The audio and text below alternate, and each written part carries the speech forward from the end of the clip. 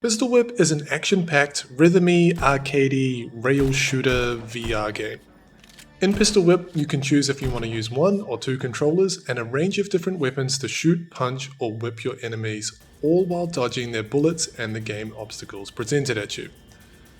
The game is set in a stylized, neon-lit world and features a variety of levels and modes which have different themes and challenges. Most levels are set to a high-energy electronic music track, and you have to battle your way to the end of the song.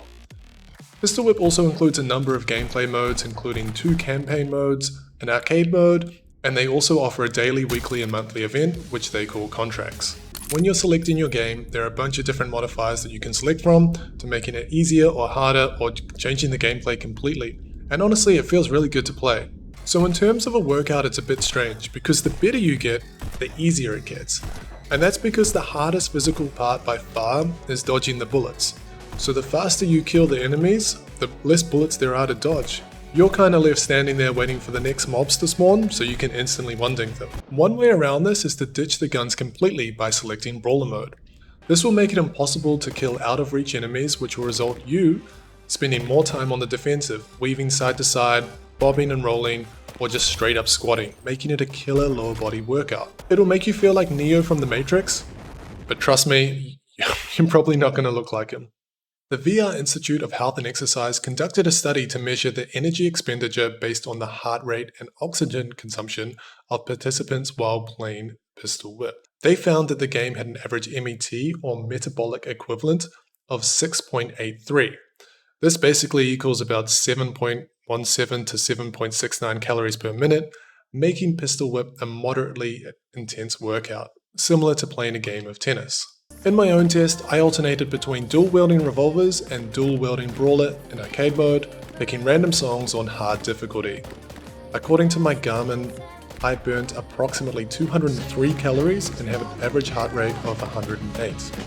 So in terms of overall fitness, it puts it slightly above Beat Saber, but nowhere near to the intense proper fitness apps like Supernatural or Les Mills Body Combat. It is available on basically every VR platform, including PC VR, Pico, Quest, Rift, PSVR 1 and 2, and has a fantastic online reputation on all of them. With some quick math, we can put this at approximately 9.4. Graphics are nothing to write home about, but I guess that's sort of on theme, and the high energy electronic music isn't my normal go-to.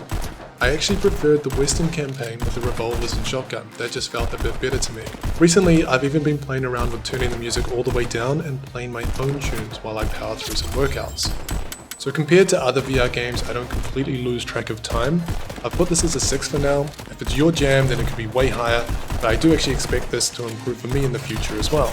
And the reason for this is the developers Cloudhead Games are absolute legends.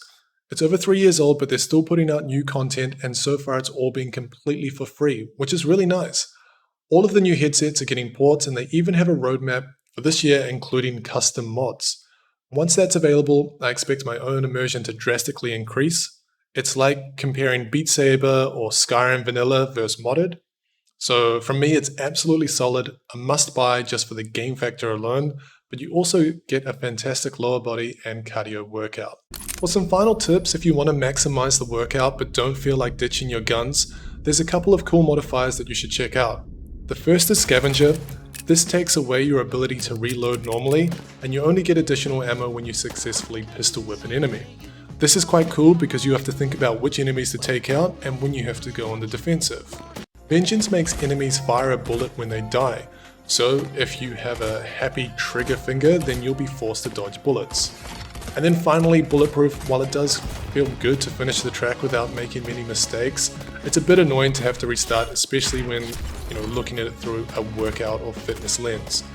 So when pushing harder difficulties, add Bulletproof so you don't fail. Thank you so much for watching. Let me know which game you'd like me to review next. See ya.